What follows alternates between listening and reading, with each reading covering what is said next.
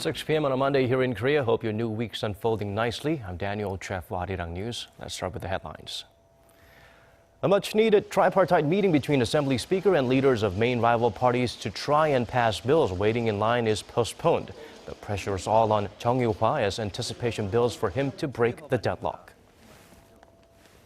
The presidential office urges lawmakers to pass a set of economic revitalization bills that have been held captive in the National Assembly. Economy chiefs are also voicing their concerns and highlighting the need to speed things up. Korea's exports post an on-month dip of more than 18%, driven mainly by sinking shipments of raw materials and capital goods. Experts point to reduced dependence on China as one surefire way to turn things around. The Speaker of the National Assembly had planned to meet with the representatives from the two main rival parties today to reach a compromise and approve some long-pending bills. But it appears efforts to end the deadlock at Korea's parliament have been dealt with another blow. Our Shin Se-min has our top story.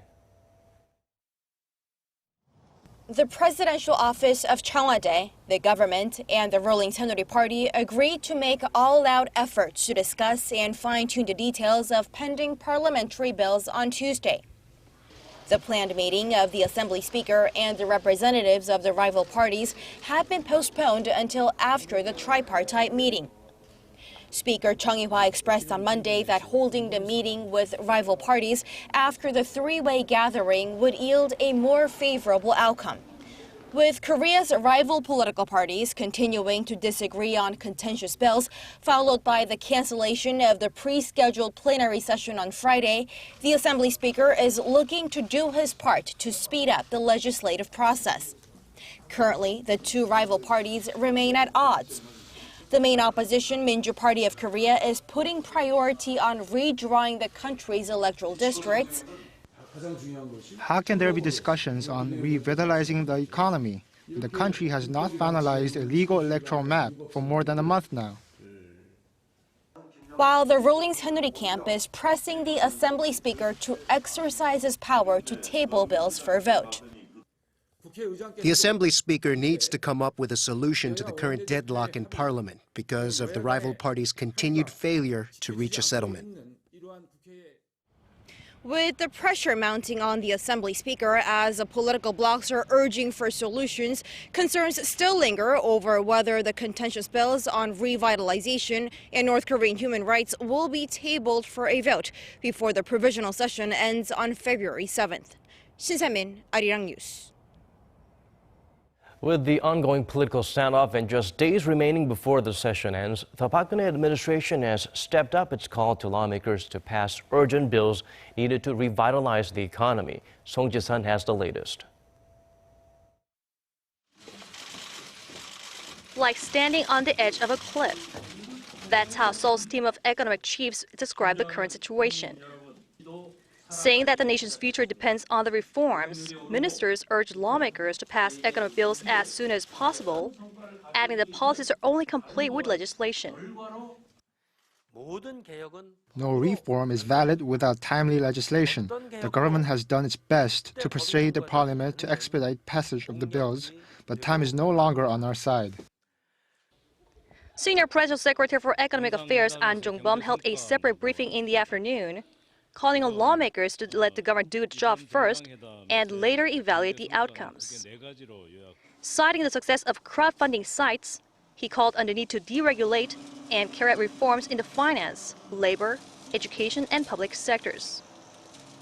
It took more than 2 years for the bill to be passed, which enables smaller firms to raise funds through various platforms, including the internet.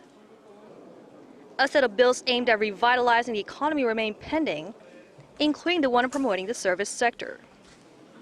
It's been over 4 years since the bill was proposed.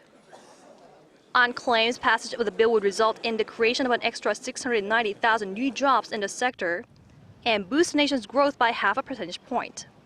With sluggish growth around the globe, including in Seoul's biggest trading partner, China, the presidential office stressed it is not enough to wait on demand to recover and that reforms are the only answer. The government will announce further plans to boost domestic demand on Wednesday at a meeting of economy-related ministers.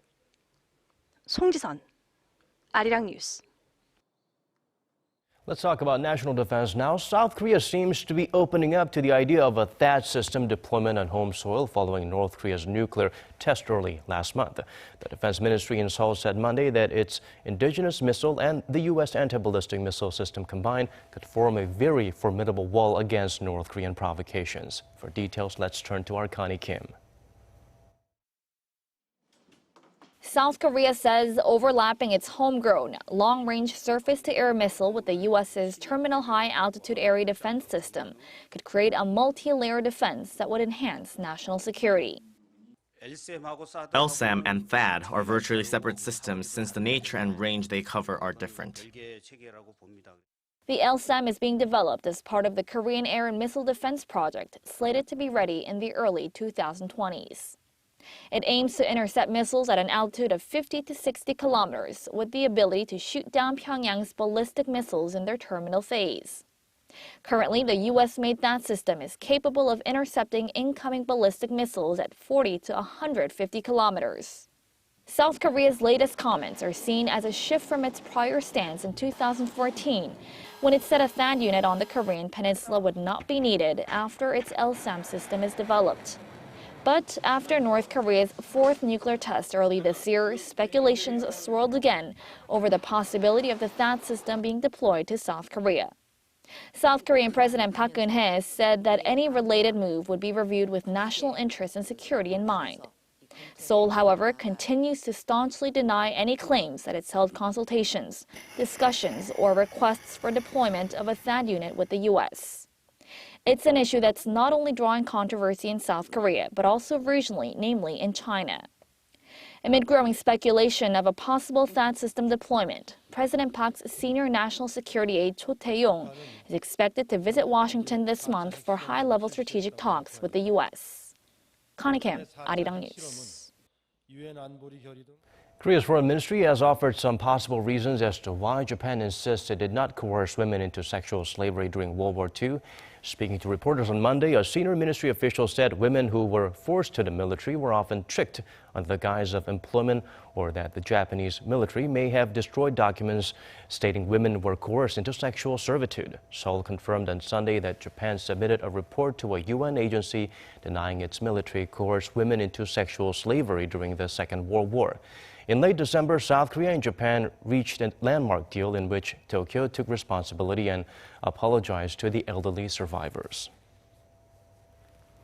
Korea's exports, once the main pillar of the economy, are continuing to lose steam after falling every single month last year. Outbound shipments tumbled again in January.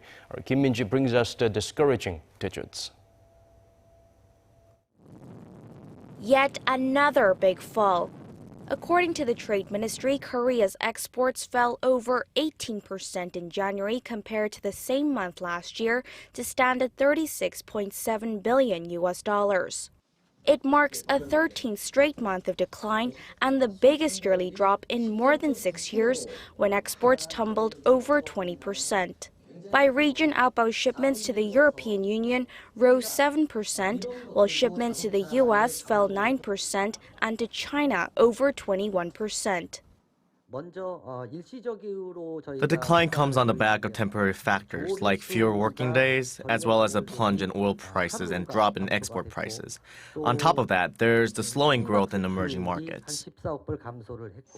Exports of oil-related items led the losses, with petroleum products falling almost 36% and petrochemical products dropping 19%. Shipments of cars and semiconductors also saw significant declines. Imports slid more than 20% to $31.4 billion during the same period, largely due to a fall in shipments of raw materials and capital goods.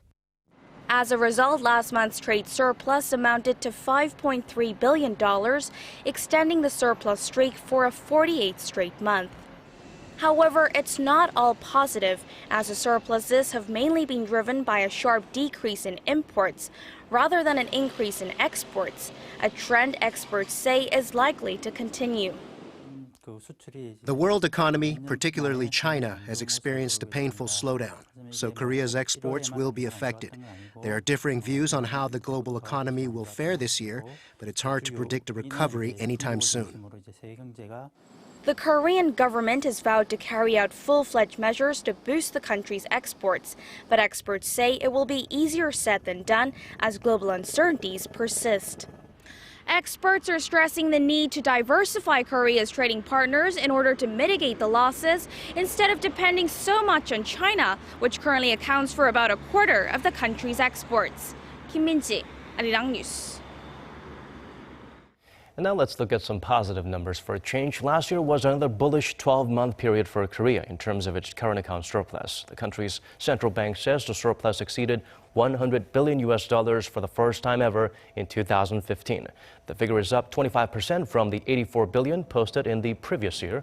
The Bank of Korea attributes the rise to falling oil prices that caused imports to fall at a faster pace than exports. Outbound shipments dropped over 10% while imports plunged 18%. The price of Dubai crude, which Korea uses as its benchmark, was nearly half last year from 2014. On the basis of volume, not the dollar value, exports of goods actually rose 2.5%, while imports went up 3.3%. And now, moving on to other stories related to the Korean economy, the Korea Grand Sale has kicked off, offering huge discounts to foreign tourists in the country on shopping, lodging, and transportation. Oh Si-young fills us in on the discount event, part of government efforts to boost domestic spending. If you're visiting Korea as a tourist, it's time to hit the shops for the biggest sales events of the year.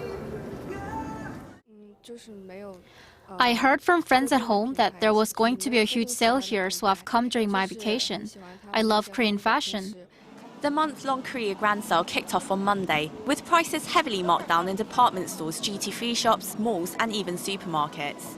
On top of that, select branches are now offering tourists refunds on the 10% value-added taxes for items that cost between $25 to $166. With the Korea Grand Sale and the new tax refund system, we expect more tourist groups from abroad and increased cosmetics and merchandise sales.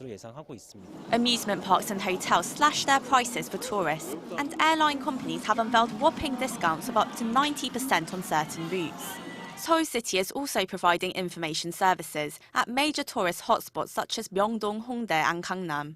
The Korea Grand Sale is part of the government's stimulus drive to fuel domestic consumption after weaker than expected recovery last year due to the outbreak of the Middle East respiratory syndrome in late May. However, market watchers worry it's a short-term fix.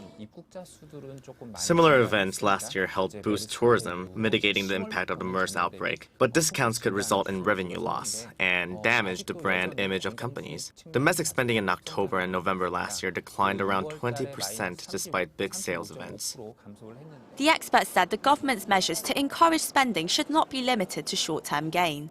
Tourist programs with strong cultural content need to be devised in conjunction with businesses to attract a steady stream of visitors to the country. Oh Si-young, Arirang News. Now turning to the global response to the latest mosquito-borne virus that's taken the world over by fears. While the World Health Organization held an emergency meeting in Geneva, the first case of the Zika virus was reported in Asia. Responding to the threat, the Korean government is making efforts to prevent the virus from spreading in the country. Park Ji-won gives us the updates. 5 branches of the Korean government began coordinating their efforts to counter the Zika virus. During their first joint meeting on Monday, the 5 related ministries delegated their roles for the prevention of the mosquito-borne virus. The nation's foreign ministry will publicize preventive measures to Koreans residing in countries with confirmed cases of Zika virus. The ministry also advises Koreans who visited those countries to immediately visit hospitals if any symptoms appear. The nation's cultural ministry will release guidelines to the Korean public on how to prevent contraction of Zika virus, while the Justice Ministry will provide traveler information to related ministries if necessary. Cooperation between ministries, especially between the Health Ministry and the Safety Ministry, will be strengthened as well. The set of measures follow the first confirmed case of Zika in Asia. An Indonesian research institute says a 27-year-old man living on the island of Sumatra and who had never traveled overseas was confirmed to be infected in early 2015. Researchers say they don't know how or when the man contracted the virus, as the case was confirmed while studying the blood sample for dengue outbreak in the nation. The researchers concluded that the virus has been circulating in Indonesia for some time. Countries throughout tropical Southeast Asia are bracing for an outbreak, with Malaysia saying Zika could spread quickly if introduced. Meanwhile, CNN reported that there's new speculation that El Niño is helping the infectious disease spread rapidly around the world. El Niño refers to a warm ocean current that's known to cause catastrophic weather conditions. The Zika virus is suspected of causing grave brain damage in newborns if contracted by pregnant women, with a vaccine for the virus yet to be developed. Park Ji-won, Arirang News.